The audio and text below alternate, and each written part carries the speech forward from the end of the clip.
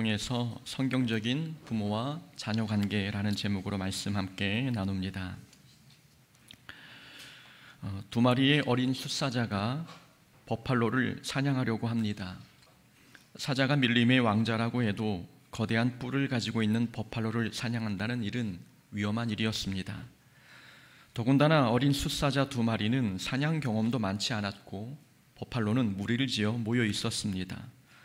버팔로 무리에 잘못 들어갔다가는 어린 숫사자가 목숨을 잃을 판이었습니다. 어린 숫사자들은 전략을 짰습니다.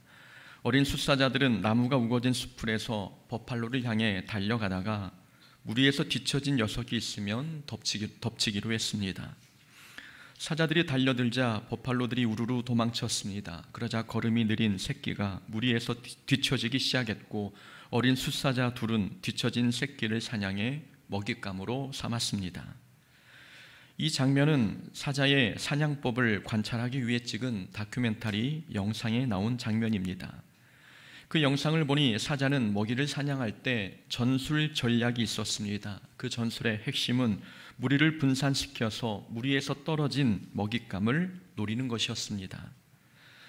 사자의 이런 사냥법은 영적 전쟁에서 사탄이 주로 사용하는 공격 전술입니다. 사탄은 신앙생활에서 뒤처진 자들을 공격합니다. 베드로전서 5장 8절에서 말씀하고 있듯이 원수마귀 사탄은 우는 사자와 같이 두루 다니며 삼킬 자를 찾고 있습니다. 원수마귀가 노리는 먹잇감은 신앙생활의 중심에서 멀어진 자들입니다. 이스라엘 백성이 가나안 땅에 가기 위해 광야를 통과할 때 아말렉 족속의 공격을 받았습니다. 아말렉 족속이 이스라엘을 공격할 때 주로 공격 대상으로 삼은 자들이 있었습니다. 바로 행렬에서 뒤처진 자들이었습니다. 나이가 많은 노인이나 어린 자녀들, 그리고 병든 자나 여인들은, 이런 자들은 오랜 행군에 지쳐 무리에서 뒤처질 수밖에 없었습니다. 아말렉은 이런 자들을 공격 목표로 삼았습니다. 이렇게 원수 마귀는 신앙생활에서 멀어진 자들을 공격합니다. 여러 가지 섭섭한 일로 믿음이 약해진 사람들, 세상 부귀영화에 한눈을 판 사람들, 삶의 분주함 때문에 신앙생활이 느슨해진 사람들, 그래서 하나님 중심의 삶에서 멀어진 자들이 사탄의 공격 대상이 됩니다.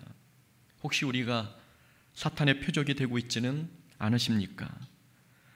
오늘날 신앙 공동체에서 멀어진 자들이 있다면 바로 우리들의 자녀 세대입니다. 우리 자녀 세대의 신앙은 부모 세대의 신앙에 비해 뒤처지고 있습니다. 신앙의 유산이 자녀에게 흘러가지 못해 자녀들이 신앙생활에서 멀어지고 있는 것입니다. 이 말은 우리의 자녀 세대가 사탄의 주된 공격 대상이 되고 있다는 뜻입니다. 통계 자료를 보면 다음 세대의 복음화율이 3%밖에 되지 않는다고 합니다. 이 3%의 수치는 미전도 종족의 복음화율과 비슷한 수치입니다. 교회에서 자녀 세대가 빠르게 사라지고 있습니다. 많은 전문가들은 교회 멸종위기가 다가왔다면서 이대로라면 20년 뒤에는 많은 교회가 사라지게 될 것이라고 진단합니다. 교회 학교에서 봉사하고 있는 교사분들은 이런 위기를 실감하실 것입니다. 교회 학교 인원이 이전보다 많이 감소했고 교육부서가 없는 교회가 이전보다 훨씬 많아지고 있습니다. 지금 신앙생활을 하고 있는 부모님들이 자기의 신앙을 자녀에게 고스란히 이어주기만 해도 한국 기독교 인구의 20%는 지킬 수 있다는 분석이 있습니다. 하지만 한국 교회 분위기를 보면 자녀에게 신앙을 물려줘야 할 골든타임을 놓친 것 같아 안타깝습니다. 참 이상합니다. 못 먹고 못 살던 시기에는 교회가 부흥했는데 삶에 여유가 있는 지금에는 다음 세대가 사라지고 있습니다. 여러분들은 다음 세대가 교회에서 사라지고 있는 이유가 무엇이라고 생각하십니까? 제 전공이 기독교 교육입니다. 기독교 교육을 공부한 입장에서 다음 세대의 신앙이 무너진 원인을 분석해 보면 많은 원인 중에 하나를 꼽자면 교회 교육부서의 조직화 때문입니다. 교회가 교육부서를 연령별로 나누어 교육하기 시작하면서부터 부모들은 가정에서 신앙교육을 하지 않기 시작했습니다.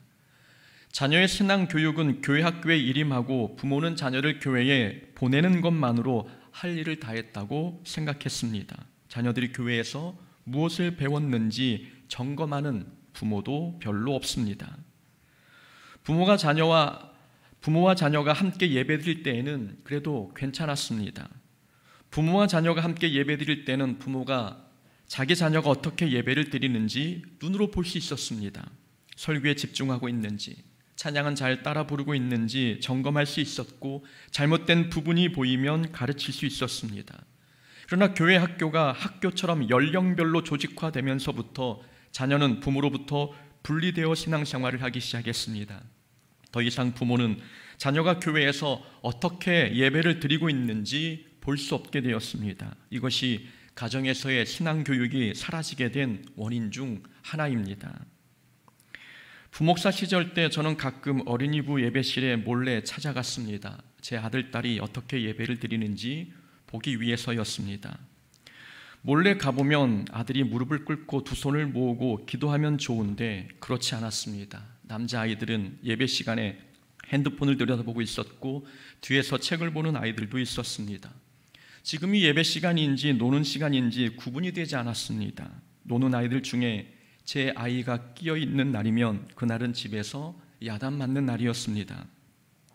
제가 예배실에 방문하지 못한 날에는 그날의 설교 제목을 물어보았습니다. 그렇게라도 하지 않으면 자녀의 신앙을 점검할 수 없기 때문이었습니다. 지금도 우리 자녀들이 회중석에 앉아 예배를 드리면 저는 자녀들을 주목해서 봅니다. 눈을 보면 설교를 듣고 있는지 딴 생각을 하고 있는지 알 수 있습니다. 코로나 시절에는 마스크를 쓰고 예배를 드리지 않았습니까? 마스크를 쓰고 예배를 드리면 입모양이 안 보일 것으로 생각합니다. 그런데 앞에서 보면 다 보입니다. 자녀들이 마스크에 숨어서 찬양하고 있지 않는 모습이 보이면 그날은 또 잔소리를 듣는 날입니다. 제 자녀들은 아빠가 목회하는 교회에 다니는 것이 힘들지 모르지만 저는 참 좋습니다. 자녀들의 신앙생활을 볼 수 있기 때문입니다. 자녀의 신앙 교육은 교회가 전담하는 게 아닙니다. 자녀들에게 최고의 신앙 교사는 부모입니다. 부모가 신앙을 가르치지 않으면 교회에서 아무리 열심히 가르쳐도 열매를 보기 어렵습니다. 부모가 교회 학교 교사가 되어 자녀를 가르치든지 아니면 자녀가 그날 배운 내용을 점검하고 배운 내용에 관해 자녀와 함께 대화를 하든지 부모는 자녀의 신앙 교육에 관심을 가져야 합니다. 자녀의 신앙은 교회에 달려 있기보다는 부모의 노력에 달려 있습니다. 부모가 교회 학교만 믿고 가정에서 신앙 교육을 하지 않으면 자녀의 신앙은 뒤처집니다. 부모의 신앙은 저만큼 성장해 가는데 자녀의 신앙이 뒤처진다면 자녀는 사탄의 공격 대상이 됩니다. 사탄은 언제나 뒤처진 자를 노리기 때문입니다. 그래서 바울은 오늘 본문에서 에베소 교인들에게 부모와 자녀 관계에 대해서 가르쳤습니다. 자녀의 신앙 교육을 가르친 것입니다. 바울이 자녀 교육까지 신경을 쓰는 이유는 자녀를 가르쳐야 자녀들을 세상 공격으로부터 지켜낼 수 있기 때문입니다. 사탄은 우리의 자녀 세대를 노립니다. 다음 세대를 무너뜨리면 교회는 시간이 지나면 저절로 무너집니다. 그래서 바울은 남편과 아내에 관한 교훈을 가르친 뒤에 부모와 자녀, 곧 자녀 교육에 대한 가르침을 우리에게 주고 있습니다. 오늘 본문은 어버이 주일의 부모 공경의 주제로 여러 번 설교를 했습니다. 오늘은 이 본문을 자녀의 신앙교육 관점에서 살펴보고자 합니다. 바울은 1절에서 부모에게 순종하라고 가르쳤습니다. 그리고 2절에서는 부모를 공경하라고 가르쳤지요. 바울은 자녀에게 두 가지를 가르쳤는데 부모에게 순종하는 것 그리고 부모를 공경하는 것이었습니다. 1절을 좀 더 보면 너희 부모에게 순종하라 이것이 옳으니라 라고 말씀하고 있습니다. 순종하는 것이 옳은 일이다 라는 이 말은 순종이 윤리적으로 옳다는 뜻입니다. 곧 순종은 윤리이고 도덕이기에 모든 자녀들이 반드시 부모에게 순종해야 함을 가르치고 있습니다. 2절에서 부모님을 공경하는 것은 계명을 지키는 일이라고 말씀하고 있습니다. 내 아버지와 어머니를 공경하라. 이것은 약속이 있는 첫 계명이니 부모 공경이 계명을 지키는 일이라는 말은 부모 공경이 곧 신앙이라는 뜻입니다. 부모를 공경하지 않는 것은 불효를 넘어서 불신앙입니다. 부모를 공경하지 않는 행위는 하나님의 계명을 어긴 것과 같기 때문입니다. 순종은 윤리이고 공경은 신앙입니다.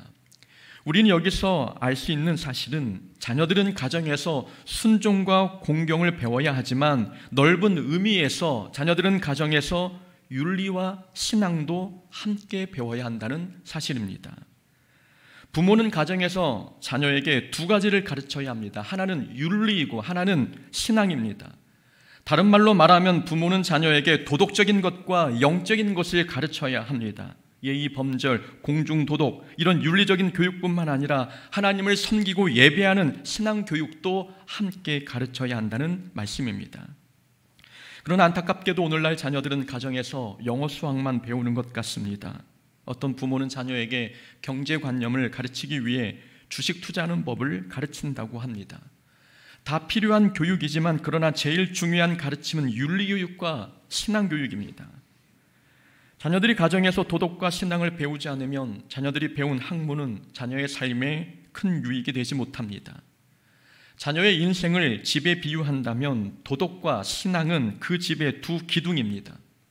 자녀들이 도덕과 신앙을 배우지 않는 것은 자기 인생의 집을 기둥 없는 집으로 짓는 것과 같습니다. 언젠가는 무너질 인생이지요. 사무엘상에 보면 엘리 제사장의 두 아들 이야기가 나옵니다. 엘리 제사장에게는 홈니와 비느하스라고 하는 두 아들이 있었습니다. 홈니와 비느하스의 직업은 아버지와 마찬가지로 제사장이었는데 그들의 행동을 보면 전혀 제사장 같지 않았습니다. 홈니와 비느하스는 백성들이 하나님께 드리려고 가지고 온 제물을 강제로 빼앗았습니다. 하나님께 제물을 드리고 나면 제사장은 그 드려진 제물 중에서 자기 몫을 받을 수 있었습니다. 율법에 명시된 대로 제사장에게 돌아갈 몫이 있었기 때문이지요. 그러나 홈니와 비느하스는 하나님께 제물을 드리기도 전에 자기 몫을 먼저 챙겼습니다. 그것도 정해진 몫만 챙긴 게 아니라 하나님께 드려야 할 제물까지도 가져갔던 것이지요. 하나님께 드리는 제사를 멸시하고 조롱한 행동이었습니다. 이뿐 아니라 홈니와 비느하스는 성막에서 봉사하는 여인들과 동침하기도 했습니다. 백성들의 신앙을 지도하고 가르쳐야 할 제사장이 심각한 죄를 범한 것입니다. 더 큰 문제는 두 아들의 아버지 이 엘리 제사장은 이 모든 사실을 알고 있었다는 점입니다. 그런데도 엘리는 아들들을 책망하거나 훈계하지 않았습니다. 엘리 제사장의 문제는 자녀들에게 도덕과 신앙을 가르치지 않았다는 점입니다. 가정에서 도덕적인 것과 영적인 것을 가르치지 않으니 자녀들이 직분은 얻었지만 자녀들은 도덕적으로 타락했고 신앙적으로도 죄를 지었습니다. 직분에 어울리지 않는 삶을 산 것입니다. 그러다가 홈니와 비느하스는 하나님의 심판을 받아 죽임을 당했습니다.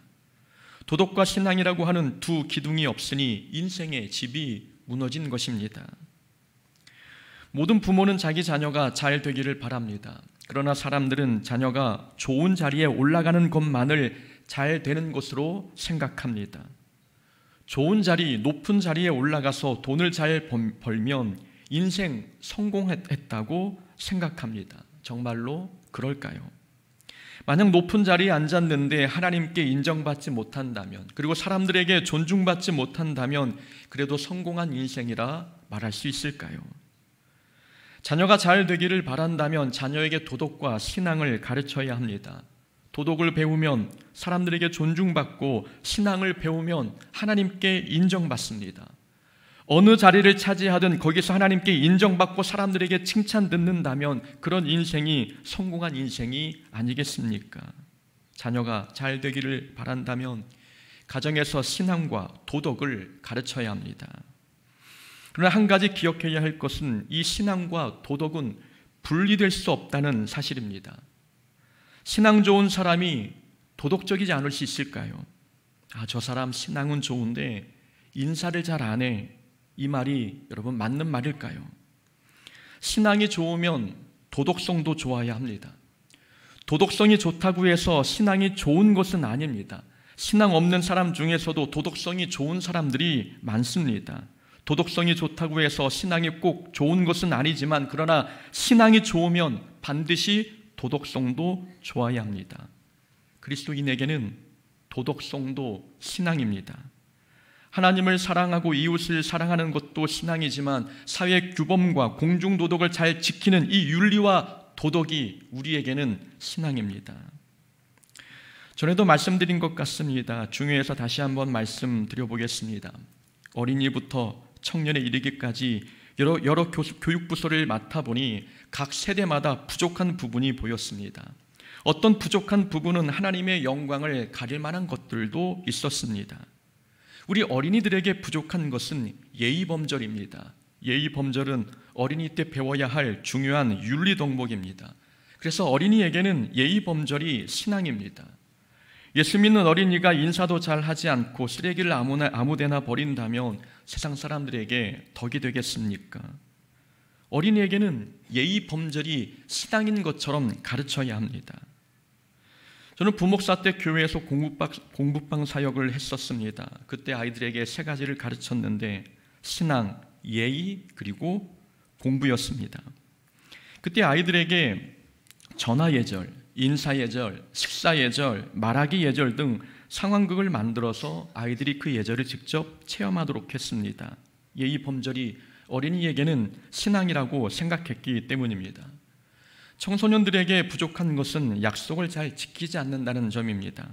그래서 청소년들에게는 약속을 잘 지키는 것이 신앙입니다. 요즘 청소년들을 보면 시간 약속을 잘 지키나요? 9시에 모이자고 하면 9시 5분이나 10분에 오지 않습니까? 청소년들이 시간 약속 또 말로 한 약속을 잘 지키지 못하는 이유는 자기 삶을 통제하고 다스리는 이 근력이 부족하기 때문입니다. 청소년 시기에는 약속을 지키는 훈련만 해도 좋은 신앙 훈련이 됩니다. 사람과의 약속을 잘 지켜야 하나님과의 약속도 잘 지킬 수 있게 됩니다. 청년들에게는 순종이 신앙입니다.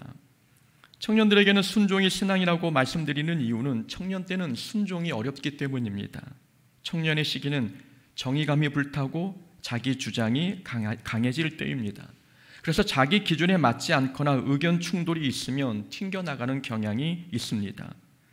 의견 충돌이 있을 때가 순종을 훈련해야 할 때인데 청년들은 순종보다는 옳고 그름을 먼저 판단합니다.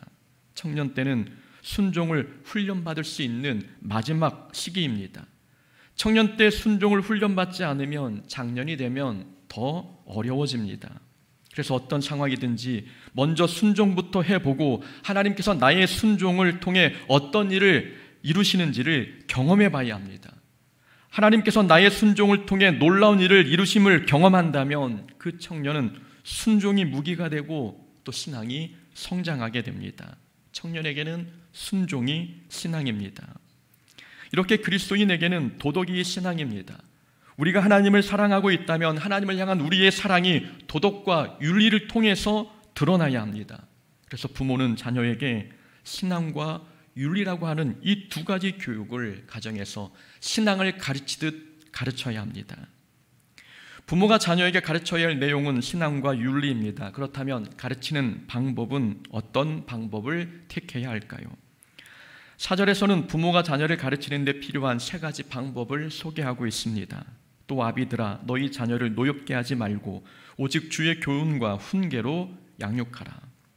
자녀를 가르치는 세 가지 방법은 자녀를 노엽게 하지 않는 것, 교훈하기, 그리고 훈계하기입니다. 첫 번째 살펴보면 부모는 자녀를 양육할 때 자녀를 노엽게 하지 말아야 합니다.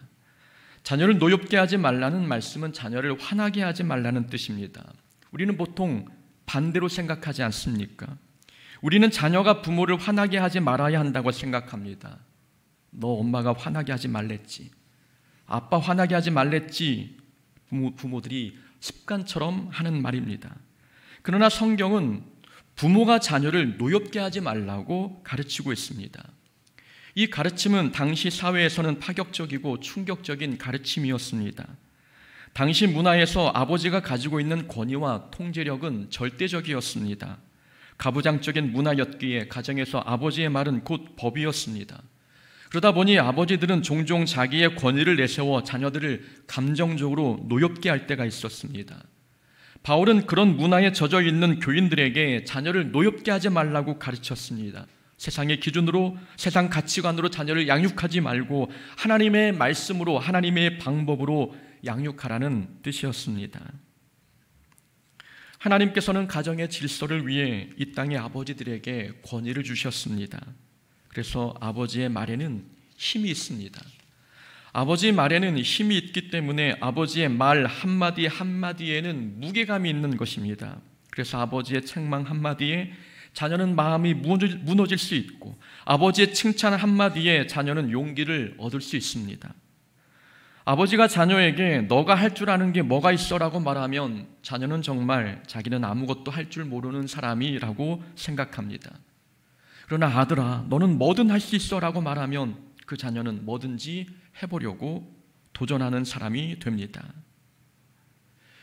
하나님께서 아버지들에게 권위를 주신 이유는 그 권위를 가지고 자녀의 감정을 무시하며 통제하라는 뜻이 아닙니다. 자녀를 지지해주고 격려하고 위로하라고 권위를 맡겨주신 것입니다. 부모의 억압과 지나친 통제, 그리고 절제하지 않는 말들은 자녀의 마음에 분노를 쌓게 만듭니다. 자녀의 마음에 분노가 쌓이면 자녀는 자기 감정을 적절하게 표현하지 못합니다. 감정을 조절하는데 어려움을 겪기도 합니다. 자기 안에 있는 슬픔, 좌절, 분노를 어떻게 다뤄야 할지 혼란스러워하는 것입니다. 그러다 보면 그 자녀는 낮은 자존감과 자기 자신에 대해 부정적인 자아상을 갖게 됩니다.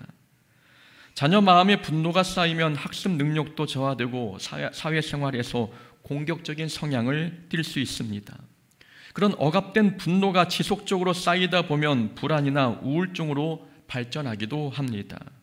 오늘날 우울증 환자가 20대와 30대에 가장 많이 나타나고 있다는 사실을 우리 부모님들은 간과해서는 안 됩니다. 과도한 비판, 일관성 없는 훈육, 부모의 감정적인 폭발, 자녀의 감정을 무시하는 행위, 이런 양육법은 자녀를 노엽게 할 수 있습니다. 자녀를 위한다는 미명하에 과도한 책망으로 자녀의 마음에 분노가 쌓이지 않도록 부모님들은 조심해야 합니다. 자녀를 노엽게 하지 말라. 그리스도인 부모는 이 원칙을 자녀 양육의 중요한 기준, 중요한 원칙으로 삼아야 합니다. 두 번째로 자녀를 양육할 때 자녀를 주의 교훈으로 양육해야 합니다. 4절 하반절에 보면 주의 교훈과 훈계로 양육하라라고 말씀하고 있습니다. 주의 교훈으로 양육하라는 말씀에서 이 교훈이라는 단어는 원문에서 보면 징계라는 뜻이 있습니다. 징계라는 뜻의 단어를 우리 성경에서는 교훈이라고 번역했고, 다른 영어 성경에서는 자라게 하다, 양성하다, 훈련시키다, 징계하다 등 다양한 뜻으로 번역했습니다. 다양한 성경 번역본을 종합해서 정리해 보면 주의 교훈으로 양육하라는 말씀은 자녀들이 잘못했을 때 책망하고 징계하라는 뜻입니다. 그러나 그 징계의 목적은 자녀가 잘 성장하고 자랄 수 있도록 돕는 데 있다는 것을 가르쳐주고 있습니다. 자녀를 향한 이 부모의 징계는 부모의 분풀이가 아닙니다.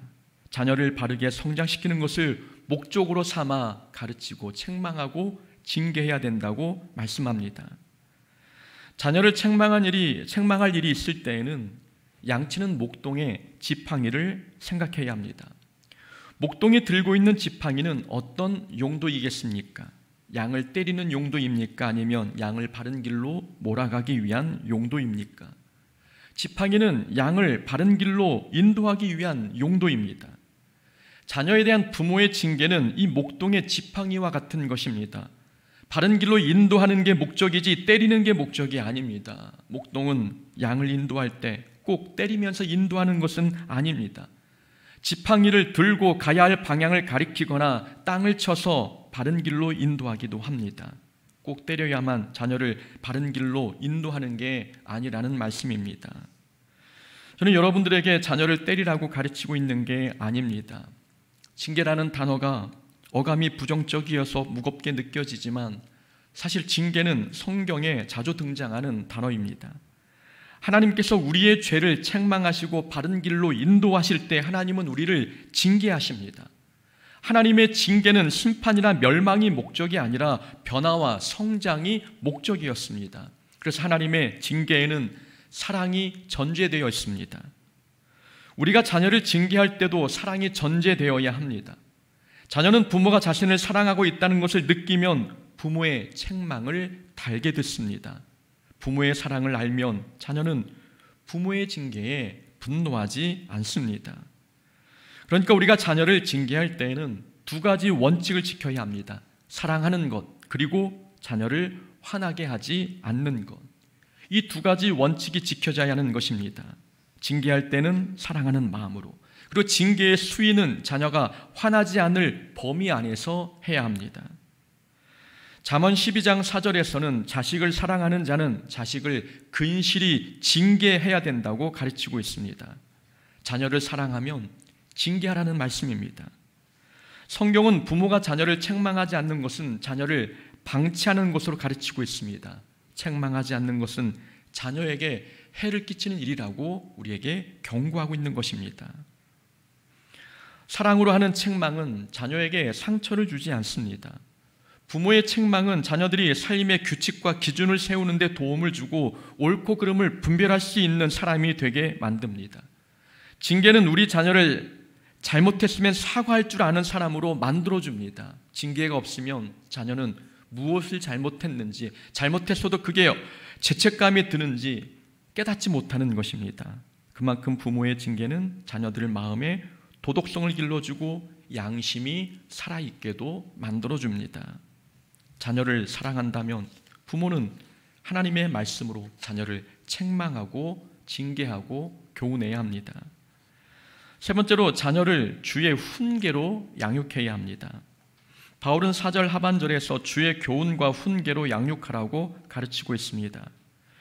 교훈은 앞에서 설명드렸듯이 징계의 뜻이 있는 것이고, 훈계는 삶에 필요한 지혜, 지식과 같은 내용을 가르치는 것을 뜻합니다. 마땅히 행할 길을 아이에게 가르치라. 그리하면 늙어도 그것을 떠나지 아니하리라. 마땅히 행할 길을 아이에게 가르치라. 잠언의 말씀입니다. 여기서 가르치다는 말이 훈계를 의미합니다. 부모는 자녀에게 인생에 유익한 교훈을 가르쳐야 합니다.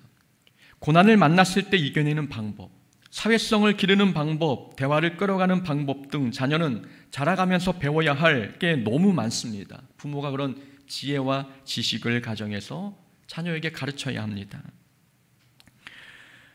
제 아들은 어릴 때 부끄러움과 겁이 많았습니다. 그래서 새로운 무엇인가를 시작하려고 하면 겁부터 먹고 하지 않으려고 했습니다. 7살쯤 되었을 때 아들에게 수영을 가르쳐주고 싶었습니다. 그러나 역시나 아들은 수영도 하기 싫어했지요. 온갖 좋은 말로 설득하고 꼬셔서 겨우 수영 레슨을 받게 했습니다. 금방 포기할 줄 알았는데 재미있게 배웠고 지금은 수영을 아주 잘합니다. 아들이 새로운 일에 도전하기를 두려워할 때 저는 항상 수영 배웠던 기억을 떠올리라고 가르칩니다. 아들아, 수영을 처음 배우려고 할 때 두려워서 하기 싫다고 말하지 않았니? 그러나 막상 해보니까 즐거웠지. 다른 일도 마찬가지야. 처음 하는 일은 누구나 다 두려워해. 그러나 막상 뛰어들어 보면 그 속에 즐거운 게 있어. 그건 도전해보지 않은 사람은 절대 경험할 수 없는 일이야 라고 가르칩니다. 그래서 수영이라는 단어는 아들하고 저만 알고 있는 사인입니다. 아들이 두려워할 때 항상 저는 수영을 생각해 라고 말합니다. 그러면 무슨 뜻인지 알아먹고 그대로 따라하려고 노력하는 것이지요. 새로운 일에 도전할 때 두려움을 어떻게 이기는지 이런 방법을 알려주는 것도 훈계인 것입니다. 훈계라는 단어에는 훈련의 의미도 있습니다. 자녀가 하나님의 말씀대로 살아가도록 계속 반복해서 훈련시키는 것이 훈계입니다. 곧 훈계는 마치 운동선수가 같은 동작을 반복하며 훈련하듯 그렇게 자녀를 가르쳐야 한다는 뜻입니다. 운동선수가 같은 동작을 반복해서 훈련하는 이유는 그 동작이 습관이 되도록 하기 위함입니다. 그러니까 자녀를 훈계하라는 말씀은 자녀가 좋은 습관을 기를 수 있도록 훈련하라는 뜻입니다. 부모는 자녀가 신앙에 좋은 습관을 가질 수 있도록 훈련해야 합니다. 우리 자녀가 변덕 부리는 게 습관이 아니라 꾸준함이 습관이 된다면 좋지 않겠습니까? 불평이 습관이 아니라 감사가 습관이 되면 얼마나 좋겠습니까? 인생의 어려움을 만나면 기도하는 일이 습관이 되고 스트레스를 받으면 운동으로 푸는 것이 습관이 되면 얼마나 부모 보기에 행복하겠습니까? 부모가 자녀에게 좋은 습관을 길러주는 것은 많은 재산을 물려주는 것보다 더 귀한 일입니다. 40살 습관 수업이라는 책이 있습니다. 그 책에서 말하기를 30대까지는 재능이 뛰어난 사람이 이기지만 40대부터는 좋은 습관을 가진 사람이 이긴다고 말합니다. 좋은 재능보다, 좋은 능력보다 좋은 습관이 훨씬 더 낫다는 이야기입니다. 세상 학문에서도 습관의 힘을 강조하고 있습니다. 마땅히 행할 길을 아이에게 가르치라. 그리하면 늙어도 그것을 떠나지 아니하리라.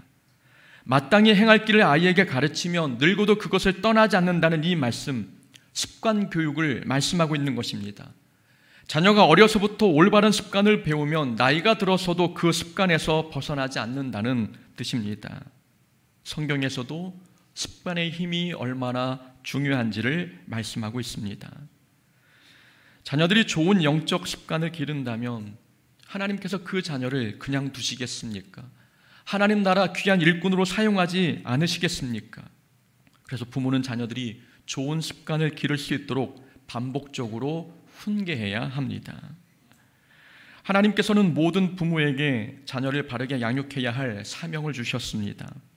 자녀를 주 안에서 바르게 길러내는 일은 자녀의 인생을 위해서도 중요한 일이지만 하나님 나라 확장을 위해서도 중요한 일입니다. 우리가 자녀를 믿음으로 양육하지 못한다면 교회에서 다음 세대는 사라지고 말 것입니다. 우리는 사명감을 가지고 자녀 양육에 임해야 합니다.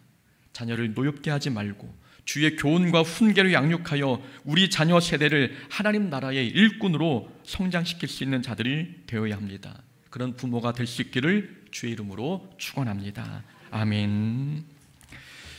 우리 시간 말씀을 붙들고 기도하기 원합니다. 이 시간 기도할 때 하나님, 우리 자녀 세대에게